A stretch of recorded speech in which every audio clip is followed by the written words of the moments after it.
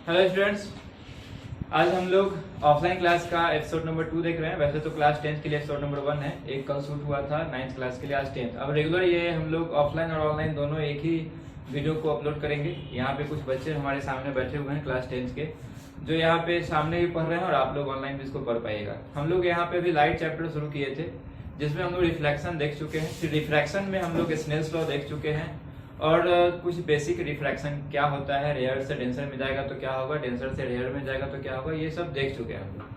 अब अगला है कि हम लोग देखते हैं रिफ्रैक्टिव इंडेक्स। रिफ्रैक्टिव इंडेक्स से एक न्यूमेरिकल पक्का पूछता है हर बार। अब इस साल तो खैर ऑब्जेक्टिव है तो इस साल भी पूछेगा ही, और अगर आने वाले सालों में भी क्वेश्चन हमेशा पूछते ही रहता है।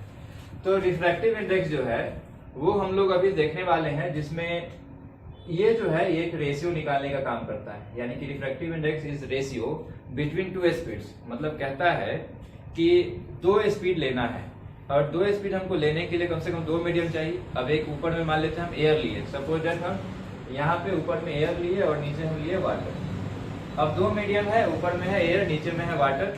तो जो एयर है ऊपर में, वहां लाइट तो आराम से चल के आ रहा होगा, क्योंकि एयर एकदम गैप बहुत ज्यादा, वहां डेंसिटी काफी लो है, तो यहाँ पे इस वजह से काफी फ्रीली चलता है, जिसकी वजह से इसका स्पीड यहाँ पे है 2.99 इंटू 10 टू द पावर 8।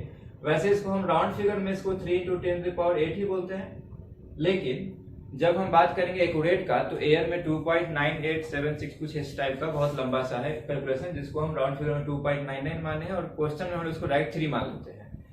एक और मीडियम लिए हैं जिसमें लिए हैं वाटर। तो वाटर इससे ज्यादा डेंस है, तो ये तो कंफर्म है कि इसमें स्पीड कमेगा इसका। तो जो स्पीड कमेगा ना, वही हम बता पाएंगे किससे, रिफ्रैक्टिव इंडेक्स से। मतलब इसका स्पीड एयर में और इसी का स्पीड वाटर में, इसका रेशियो जो है ना हमेशा फिक्स होगा। अगर वो रेशियो हम लोग को पता चल जाए तो हम लोग वही उसी को बोलते हैं रिफ्रैक्टिव इंडेक्स। अब जैसे यहाँ पे वाटर में स्पीड होता है 2.25 इंटू 10 टू द पावर 8। आप लोग को भी याद हो जाएगा, फिलहाल हमको तो याद है, और यहाँ पे शायद जो बच्चे पढ़ रहे हैं उनको भी याद होगा। Aditya, speed of light in glass glass 2.25 glass का पूछता है। 2 into 10 to the power 8, sir. हाँ, 2 into 10 to the power 8। Very good. किसको इसको याद था? ठीक है। तो क्लास में 2 इंटू 10 टू द पावर 8 है। हाँ, तो याद था, नहीं याद है इनको याद कर लेना, और बाकी लोग को याद था तो अच्छी बात है। 2 into 10 to the power 8 metre per second glass में होता है, और वाटर में होता है 2.25। तो खैर अभी एग्जांपल ले रहे हैं वाटर का, तो हमको वाटर से मतलब है। अब हमको रेशियो निकालना है, तो रेशियो ही कोई रिफ्रैक्टिव इंडेक्स करते हैं, तो हम यहाँ लिख लेते हैं refractive index is equal to speed of light in air divided by speed of light in water.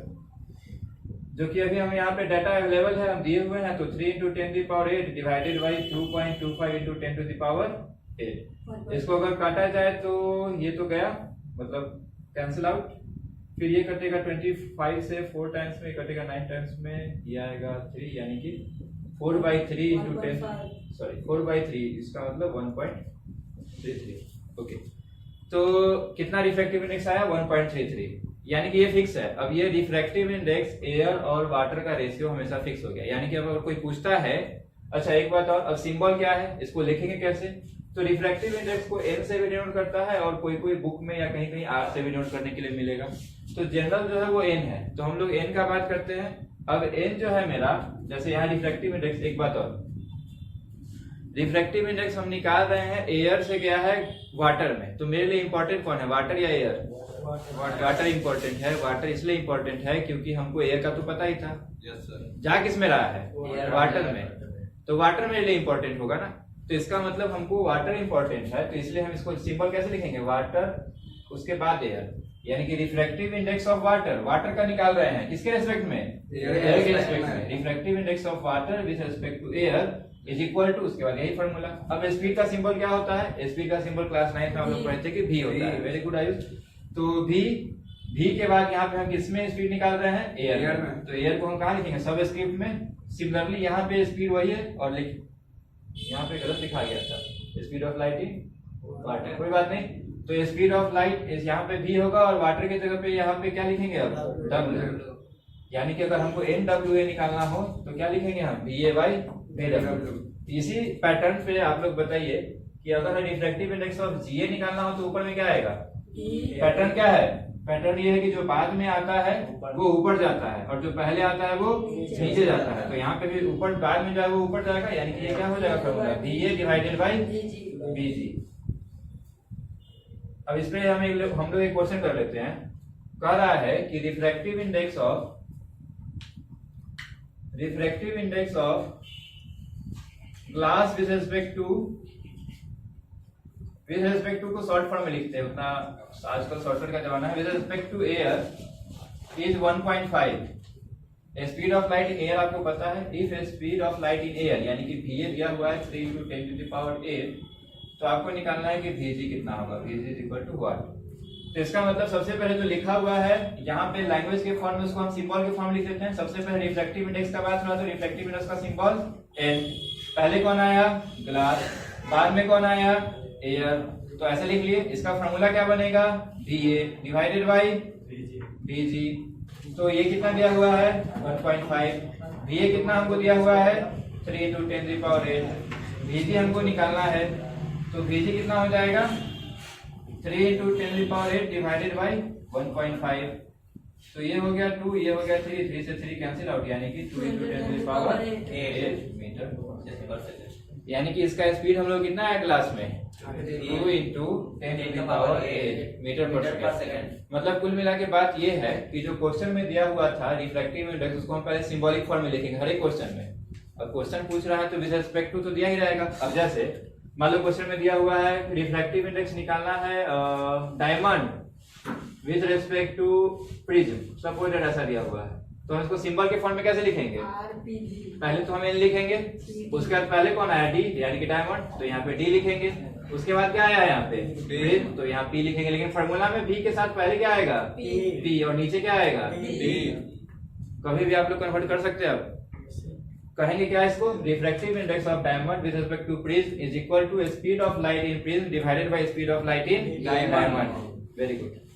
तो ये हम लोग का रिफ्रैक्टिव इंडेक्स है। इस पे एक बहुत भारी क्वेश्चन है, मतलब कि एवरेज से थोड़ा ऊपर का क्वेश्चन है, जो कल ये लोग करवाए थे। आज भी वो वाला बात बता देते हैं।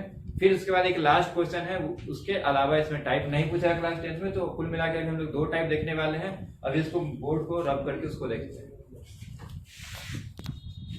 तो हम लोग का यहाँ पे अभी 2 क्वेश्चन हम लिख दिए हैं। यहाँ पे एक रिफ्रैक्टिव इंडेक्स दिया हुआ है डायमंड के रिस्पेक्ट में एयर का, और एयर का डायमंड के रिस्पेक्ट में पूछ रहा है।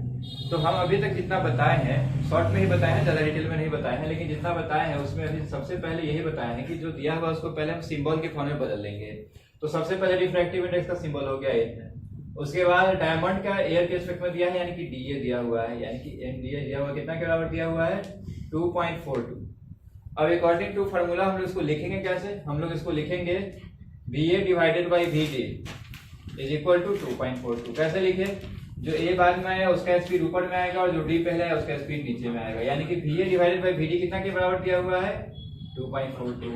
हम लोग से पूछ क्या रहा है, रिफ्रैक्टिव इंडेक्स यानी कि N एयर के रिस्पेक्ट में डायमंड का, यानी कि पूछ रहा है हमसे NAD, ये हमसे पूछ रहा है।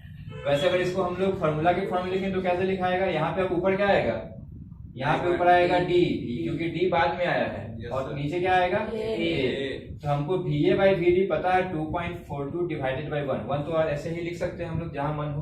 तो इसका जस्ट उल्टा हमसे पूछ रहा है, तो उसको भी क्या करना होगा, हमको रेसिप्रोकल करना होगा, यानी कि आंसर कितना होगा 1 डिवाइडेड बाई 2.42।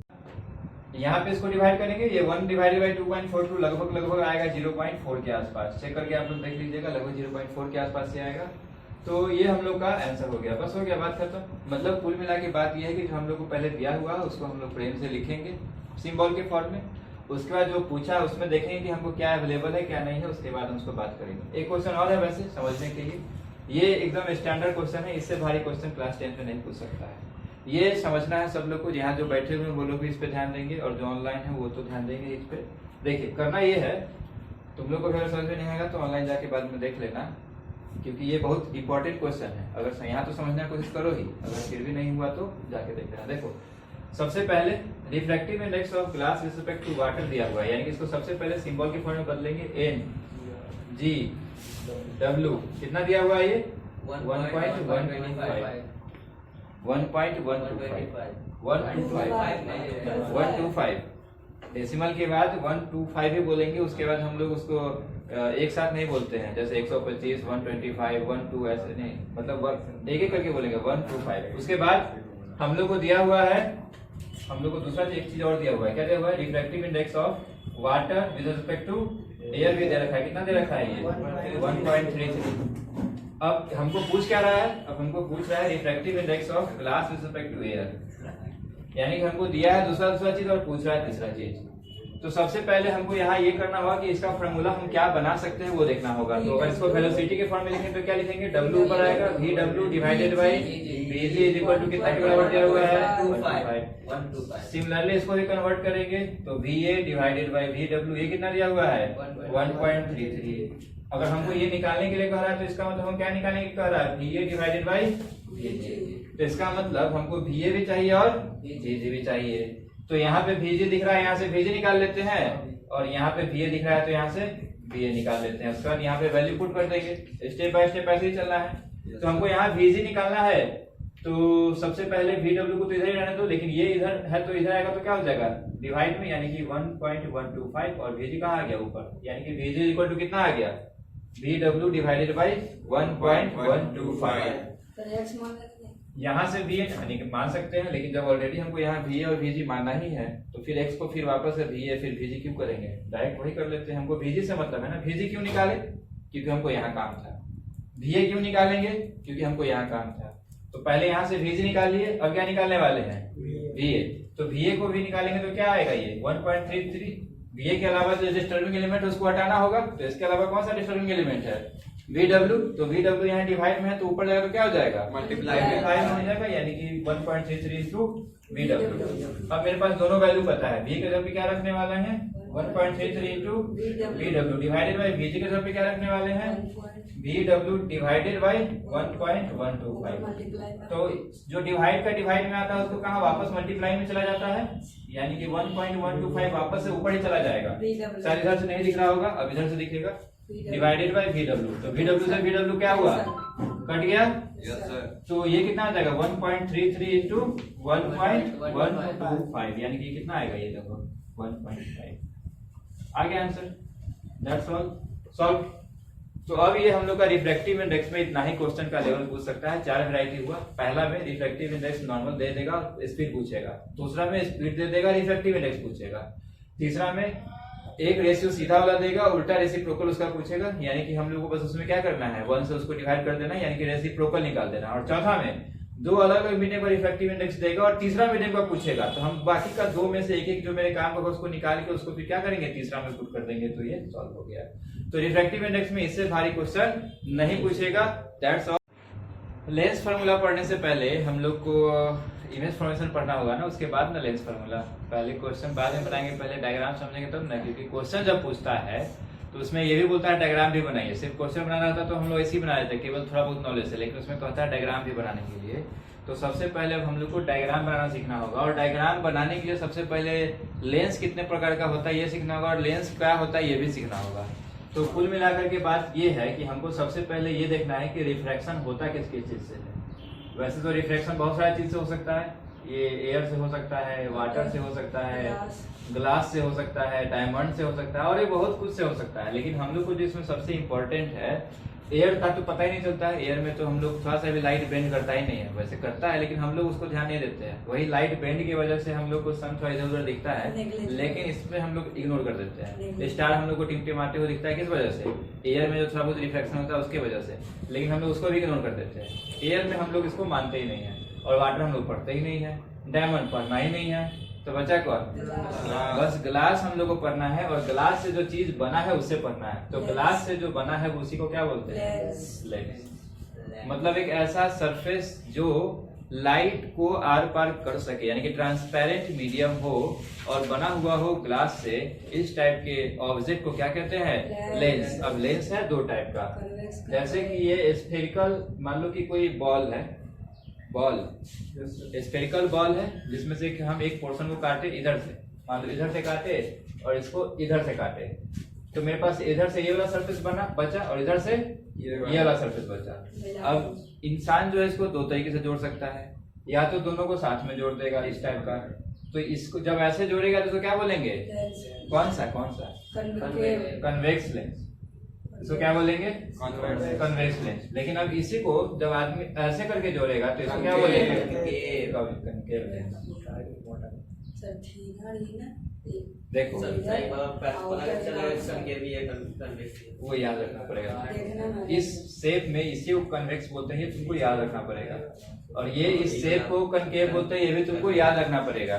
देखो अब दूसरा है एक बात और कि कन्वेक्स लेंस का जैसा शेप है तो अच्छा हम लोग के आई में कौन सा लेंस होता है? कनकेव। हम लोग के आई में भी यही होता है डबल, यानी कि इस साइड से भी होता है, इस साइड से भी होता है, और यही ऐसे ऐसे करते रहता है आई में ऐसे। हाँ, तो यही लेंस रहता है। तो अब बात मुद्दा ये है कि ये लेंस जो है ना, ये ज्यादा इंपॉर्टेंट है रिस्पेक्ट टू ये लेंस। क्यों? क्योंकि इसमें लाइट जो है ना वो टकराने के बाद बाउंस कन्वर्ज करता है, यानी कि मिलता है कहीं पे जाके। लेकिन ये वाला में क्या होता है? ये वाला में लाइट रिफ्लेक्ट करता है, भाग जाता है इधर उधर, यानी कि मिलता नहीं है ये। अगर मिलाना हुआ तो कहाँ मिलाना उसको? जबरदस्ती बाहर नहीं, पीछे मतलब कि वर्चुअली मिलाना होगा। तो खैर ये तो बाद में, पहले क्या देखना है हम लोग को? आज हम लोग को देखना है image formation through convex lens. तो कन्वेक्स लेंस का डायग्राम बना लो जिसको बनाना है। कपड़ा देखिए सब लोग। अब हम लोग देखने वाले हैं rules for image formation through convex lens. तो सब लोग हेडिंग दे दो, rules for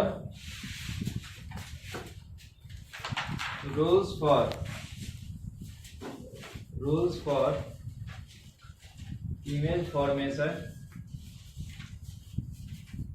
through convex lens.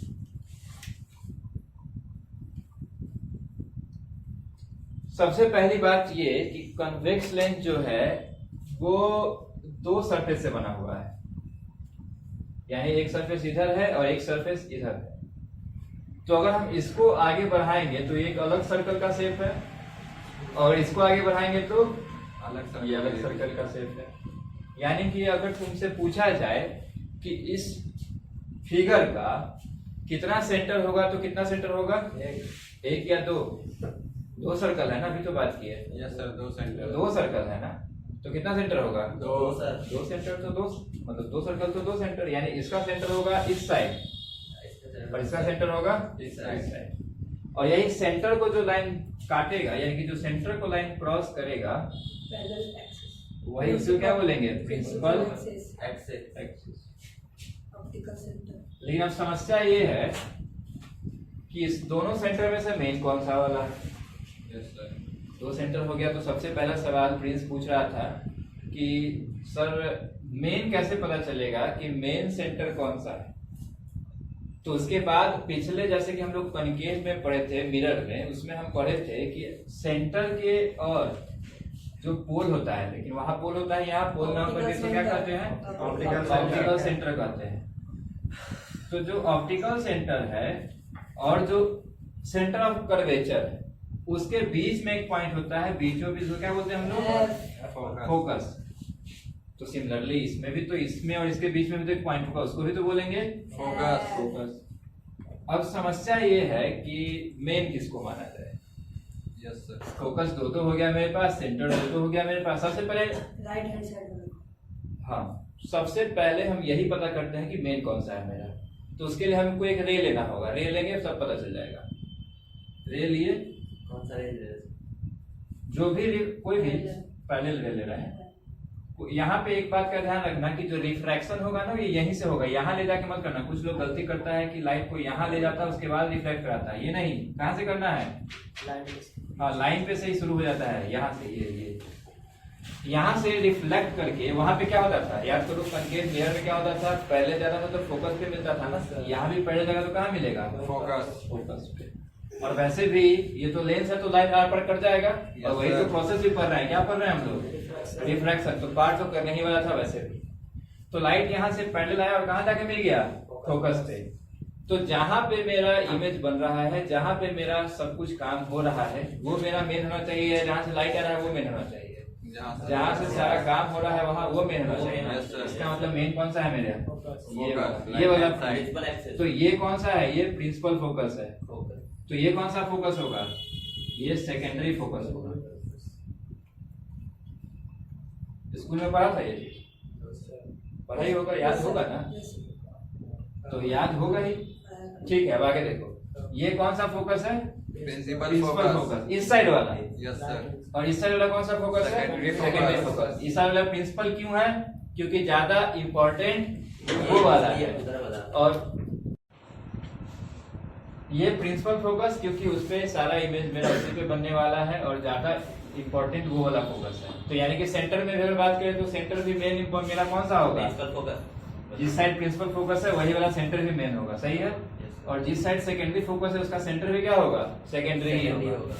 अब मेरे पास यहाँ पे 5 पॉइंट है, लेकिन ऑब्जेक्ट हम कहाँ रखने वाले हैं? अगर ऑब्जेक्ट रखने का बात हो तो हमेशा लेफ्ट हैंड साइड रखेंगे, लेंस के आगे थोड़ी रखेंगे।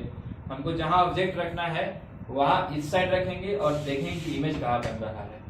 मान लो कि हम वैसे भी, और सपोज दैट कि हम इस साइड खड़े हैं, इधर ऑब्जेक्ट रखे हैं, यहाँ लेंस है, यहाँ ऑब्जेक्ट रखे हैं, तो इमेज कहाँ बनता है हम लोग के? आई जो बनता है ना, वैसे भी इधर ही बनने वाला है। तो हम लोग ऑब्जेक्ट कहाँ रखने वाले हैं? तो यहाँ पे रखने वाले हैं। वो खैर वो तो इमेज फॉर्मेशन में देखेंगे, अभी क्या देखें, रूल्स देखें। तो सबसे पहला नंबर रूल क्या है कि अगर पैरेलल आया तो कहाँ जाएगा वो? फोकस। फोकस में भी प्रिंसिपल फोकस पे। अच्छा, सिंबल में थोड़ा अंतर करना पड़ेगा। अगर ये प्रिंसिपल फोकस है और ये डुप्लीकेट यानी कि सेकेंडरी है तो इसको हम डैश से शो करते हैं। बुक में 1 2 यूज किया है, हम 1 2 यूज करेंगे नहीं, जो कंफ्यूजन होगा, क्योंकि कुछ बुक में इसको 1 माना है, कुछ बुक में उसको 1 माना है। तो हम ऐसा कोई कंफ्यूजन क्रिएट करेंगे ही नहीं। हम क्या किए, इसको F मान लिए, इसको क्या मान लिए? F डैश मान लिए। डैश का मतलब वैसे भी सेकेंडरी ही होता है। अगर तुमको याद हो तो x और y एक्सिस में भी इसको x मानते थे, इसको क्या मानते थे? x डैश मानते थे। और इसको y मानते थे, इसको क्या मानते थे? y डैश मानते थे। डैश का मतलब क्या होता है? सेकेंडरी ही होता है ये y का, डैश का मतलब। तो यहाँ पे डैश मान लिए, कंफ्यूजन ही नहीं होगा। अब नेक्स्ट है कि पहला क्या है, पहला रूल क्या है? पहले लाया तो क्या कहाँ पे गया? हाँ, फोकस पे। ठीक है, राइट फोकस बोलो। दूसरा है उसमें क्या था? कनकेव मिरर में। दूसरा था कि अगर फोकस पे आया तब कहाँ जाता है? ये था ना। तो वहां पे भी क्या होता था? पैरेलल होता था। यहाँ पे भी क्या होगा? यहाँ पे भी पैरेलल ही होगा। मतलब कि अगर फोकस से लाइट अगर जा रहा है कोई तो वो क्या हो जाएगा? पैरेलल हो जाएगा। हाँ, एरो नहीं देना मत भूलना, एरो बहुत इंपॉर्टेंट है। एरो यहाँ पे भी देना है, यहाँ पे भी देना है, सिमिलरली यहाँ पे भी दिए और यहाँ पे भी दिए हैं। थर्ड रूल है कि अगर वहां पे अगर याद हो तो पोल पे से जब आता था, मतलब कि जब पोल पे से गुजरता था तो उतना ही एंगल से वापस आता था, याद है? Yes sir. तो यहाँ पे अगर मेरा यहाँ पे वो पोल का काम कौन कर रहा है? फोकस। यहाँ पे पोल का काम कर रहा है ऑप्टिकल सेंटर। जो वहां पे बीच में होता था उसको क्या बोलते थे? पोल। यहाँ पे बीच में क्या है? Optical centre. तो यहाँ पे जो ऑप्टिकल सेंटर से लाइट जाएगा वो क्या होगा? वापस वहीं से आएगा। वापस वहीं से होगा। अब हम लोग वहां पे 4 रूल पढ़ते थे। पहला रूल था कि वहां पे जब पैरेलल आया तो कहाँ चला गया? फोकस पे। जब फोकस पे आया तो पैरेलल। जब पोल पे आया तो जितना एंगल से आया उतना एंगल से वापस। और जब सेंटर ऑफ कर्वेचर से जाता था तो सेंटर ऑफ कर्वेचर से सीधा निकल जाता था। यहाँ पे 4 केस नहीं है, यहाँ थोड़ा इजी है हम लोग के पास। पहला हम लोग देख चुके हैं। पहला क्या देखे? पैरेलल आया तो फोकस पे, फोकस पे आया तो पैरेलल, दो तो सेम है। तीसरा में वहां सेंटर ऑफ कर्वेचर से देखते थे तो सेंटर ऑफ कर्वेचर से ही वापस जाता था। यहाँ हम लोग सेंटर ऑफ कर्वेचर से देखेंगे ही नहीं, क्योंकि ये पॉसिबिलिटी यहाँ है ही नहीं। हम यहाँ पे डायरेक्ट देखेंगे ऑप्टिकल सेंटर से। तो जो ऑप्टिकल सेंटर से यहाँ लाइट जाता है वो क्या होता है? उसी पाथ पे आगे निकल जाता है। जैसे वहां सेंटर ऑफ कर्वेचर से सामने से लाइट निकल जाता था, वैसे यहाँ पे ऑप्टिकल सेंटर से आगे निकल जाता है। दोनों में एक चीज कॉमन है, सेंटर। बस फर्क यहाँ इतना है कि वहां जो सेंटर था वो कर्वेचर का सेंटर था, और जो ये सेंटर है वो किसका सेंटर है? लेंस का सेंटर है, ऑप्टिकल सेंटर है। बात दोनों में कॉमन ये है कि लाइट सीधा ही जा रहा है। ठीक है, तो ये 3 रूल हो गया। अब हम लोग देखेंगे image formation through convex lens. हम लोग यहाँ पे अभी देखने वाले हैं image formation through convex lens. अब कितना केस बनेगा वो याद नहीं करना, हम लोग खुद ही इसको समझ लेते हैं कितना केस पॉसिबल है। सबसे पहले हम सबका नाम लिखते हैं। ये क्या है? Optical centre. ये क्या है मेरा?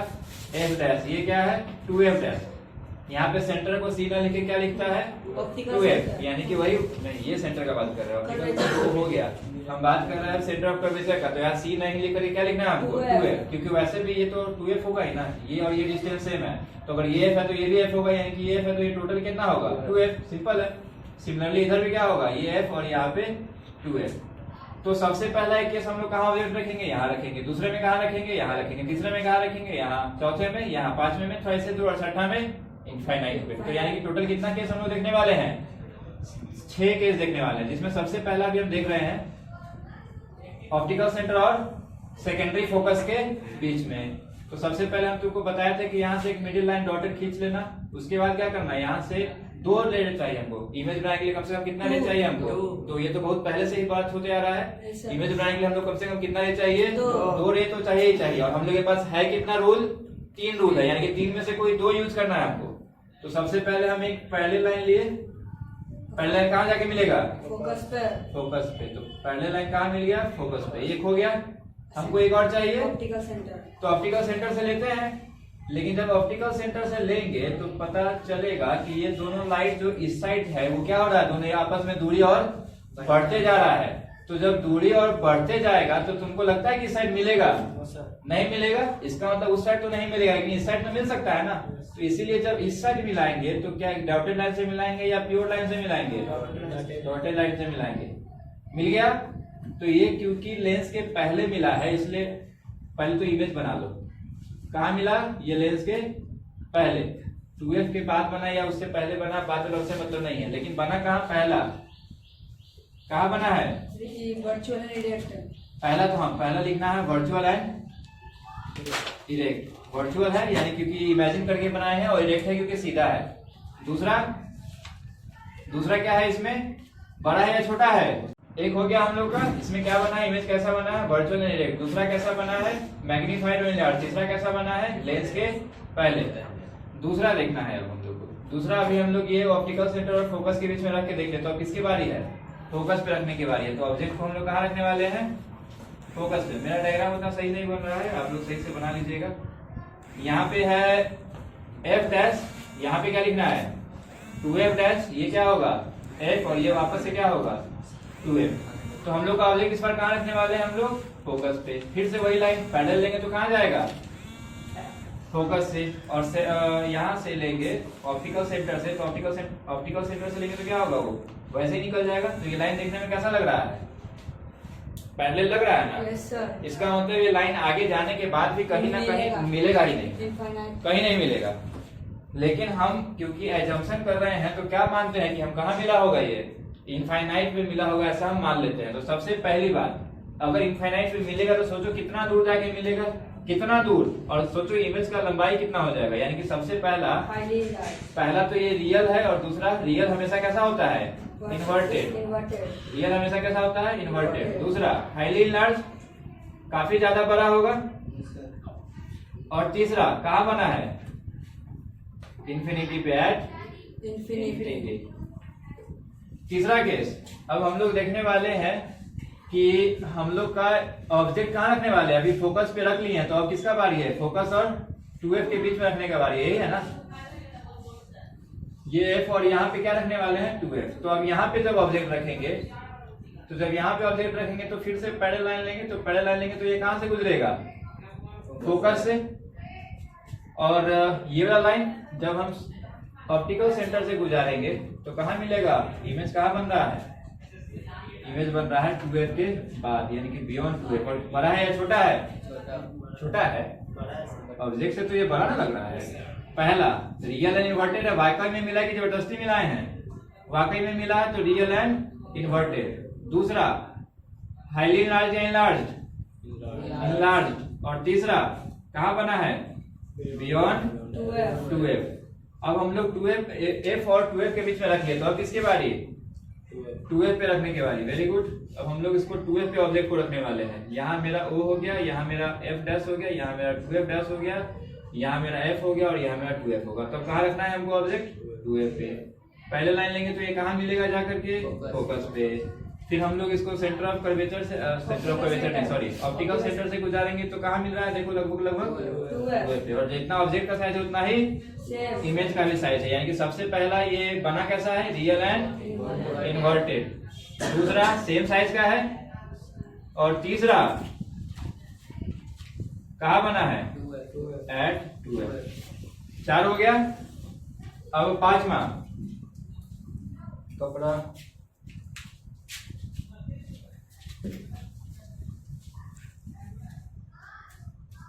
5वां अब हम लोग 2f पे भी रख लिए। अब कहाँ रखने की बारी है 2f के बाद यानी कि f डैश 2f डैश। अब हम लोग को उसके बाद यानी कि यहाँ पे रखना है। फिर वही काम करेंगे क्या, हम लोग एक पैरेलल लाइन लेंगे और फोकस से इसको गुजरवा देंगे।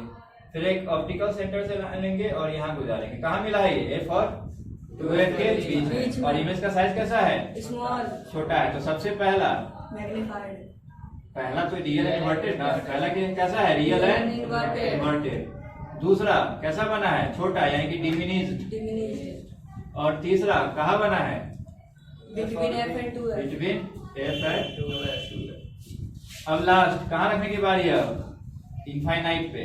डायरेक्ट कहाँ रखना है Infinite। और इनफाइनाइट पे जब रखते हैं तो कैसा लेते हैं पैरेलल लेते हैं, याद है ना। दो पैरेलल है, दो पैरेलल शाबाश, दो पैरेलल ले लेने वाले हम लोग। दो पैरेलल एक पैरेलल यहाँ से तो कहाँ Focus मिलेगा, है। यही फोकस पे ही मिलेगा। एक और पैरेलल लेंगे तो ये भी कहाँ मिलेगा Focus पे। फोकस पे ही मिलेगा। यानी कि इसका इमेज कहाँ बना है हम लोग का डायग्राम में। ये रे बनाना नहीं भूलना, रे का डायरेक्शन बनाना नहीं भूलना, किसी में एग्जाम में नंबर कट जाएगा। सब लोग ध्यान दो, यहाँ पे ये बनाना भूलना मत। तो एक पैरेलल लाइन लिए फोकस पे गया, दूसरा भी लिए फोकस पे ही गया। तो सबसे पहला कैसा इमेज बना है रियल एंड इन्वर्टेड। दूसरा इतना छोटा बना के दिखो नहीं रहा है, हाईली डिमिनिश्ड क्या लिखेंगे इसको हाईली डिमिनिश्ड। और तीसरा कहाँ बना है एट एफ। ये हम लोग का छेवरे डायग्राम हो गया। तुम लोग भी जाके यहाँ वीडियो देख करके लिख लेना और वहाँ बारीकी से देख करके लिख लेना। अब हम लोग जो है अगला क्लास में, अभी हम लोग देखे थे कन्वेक्स लेंस का, तो अगला क्लास में कनकेव लेंस का इमेज फॉर्मेशन देखेंगे, उसका रूल भी देखेंगे और उसके बाद लेंस फॉर्मूला देखेंगे। उसके बाद चैप्टर ये वाला हो जाएगा खत्म। ठीक है, तो मिलते हैं अगले क्लास में।